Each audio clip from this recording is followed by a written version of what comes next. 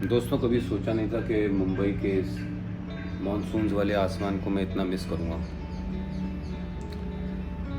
1.5 महीना खाना, नींद ना एंजॉय करते हुए ये नहीं रियलाइज़ किया कि आसमान की कितनी कमी आदमी को खाती है।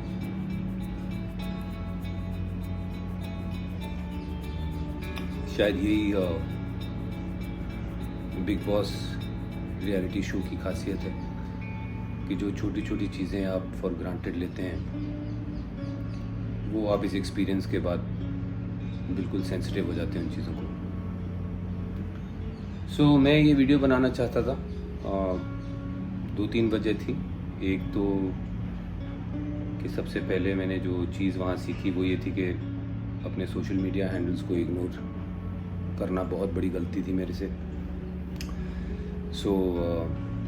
एक तो मैं वो गलती सुधारने आया हूँ आज से, और दूसरा आप सबका धन्यवाद करने, शुक्रिया अदा करने कि ऐसे वक्त पर जब मेरे पास मैनेजमेंट और पीआर टीम भी नहीं थी और मैं ऐसे रियलिटी टीवी शो में गया जहाँ पर ऑनलाइन प्रेजेंस, वोटिंग बहुत मायने रखती है, और ये कोई सपोर्ट ना होने के बावजूद, मेरे सोशल मीडिया हैंडल्स बिल्कुल साइलेंट होने के बावजूद आप सब ने मुझे टॉप 3 तक पहुंचाया। उसके लिए बहुत बहुत धन्यवाद। आपका प्यार means everything to me. And एक और वजह थी कि मैं कुछ जो न्यूज़ रिपोर्ट्स जो मैं देख रहा हूँ उसमें एक दो चीज़ें मैं एड्रेस करना चाहता था। एक कि मैंने बिग बॉस को बायस्ड कहा है सना मकबूल के जीतने पे। ये बात बिल्कुल गलत नहीं है। आई थिंक कई मीडिया वालों को बात घुमाने की आदत है, बिल्कुल हमारे इस साल के विनर की तरह। मैंने सिर्फ ये कहा था कि मेरे ओपिनियन में उनसे कहीं ज़्यादा डिज़र्विंग विनर्स हो सकते थे, और उनमें मैं अपने अलावा अरमान की गिनती करता हूँ, लवकेश की भी गिनती करता हूँ, शिवानी की भी करता हूँ, विशाल की भी करता हूँ, चंद्रिका की भी करता हूँ। और मैंने किस बेसिस पे ये कहा कि मुझे लगा कि उनसे कहीं ज़्यादा डिज़र्विंग लोग थे, वो इसलिए क्योंकि मैंने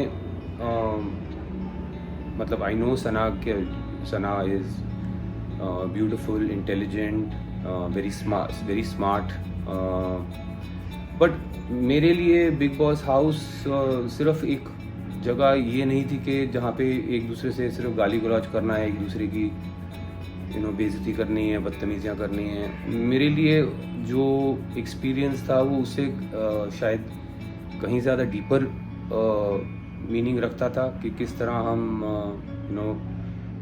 सोसाइटी में बिहेव करते हैं, लिमिटेड रिसोर्सेज कैसे हम लोग मैनूवर करते हैं, मैनेज करते हैं। बट ऑफ कोर्स ये हो सकता है मेरी गलत फहमी थी, और क्योंकि मुझे शो थोड़ा और अच्छे से देखना चाहिए था अंदर जाने के पहले।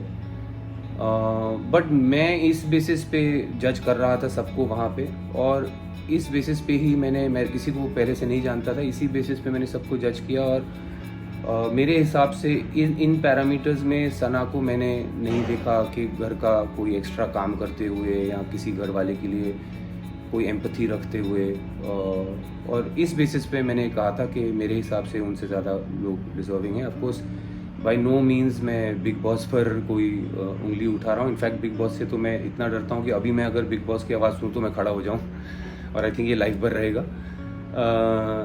बिल्कुल मेरा ये मतलब नहीं था, ये गलती मैं कभी नहीं कर सकता, ये गुस्ताखी मैं कभी नहीं कर सकता।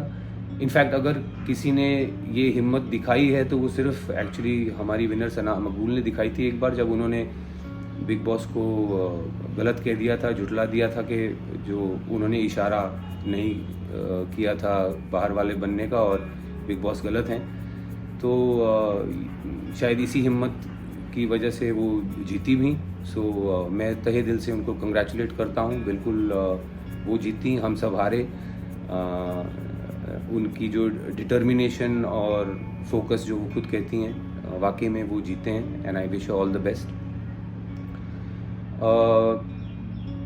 और दूसरी न्यूज़ जो मैं देख रहा हूँ बहुत जो आ रही है, मैं देख रहा हूँ Naezy blast Ranveer for misbehaving talking to women. मैं पहली बात तो समझता नहीं हूँ नेजी कभी मुझे ब्लास्ट करेगा, तो मुझे लगता है ये भी एक हाइपरबोले है, ज़्यादा एग्जैजरेटेड हेडलाइंस बन रही हैं। नेजी की मेरी बहुत बनी है और नेजी खुद समझता है कि एक लिमिट तक आदमी, चाहे लड़का हो या लड़की, बैड बिहेवियर डील करेगा, उसके बाद जवाब देगा ही, जैसे कि उसके इंस्टेंसेस भी हुए शिवानी के साथ या चंद्रिका के साथ। सो मुझे पूरा यकीन है कि नेजी कभी मुझे ब्लास्ट नहीं करेगा, वो मेरे को बाकी तरह कुछ बोलेगा तो समझा के ही बोलेगा। तो ये दो चीज़ें मैं क्लैरिफाई करना चाहता था। और फिर मैं कहना चाहता था कि मुझे बहुत मज़ा आया, बहुत सफ़र किया इस सफ़र में और बहुत कुछ सीखा भी। एक ज़बरदस्त एक्सपीरियंस रहा है जो मैं ज़िंदगी भर याद रखूँगा। लेकिन आई थिंक अब शो ख़त्म, बातें ख़त्म और आगे की तरफ मैं वापस अपने करियर की तरफ देखना चाहूँगा।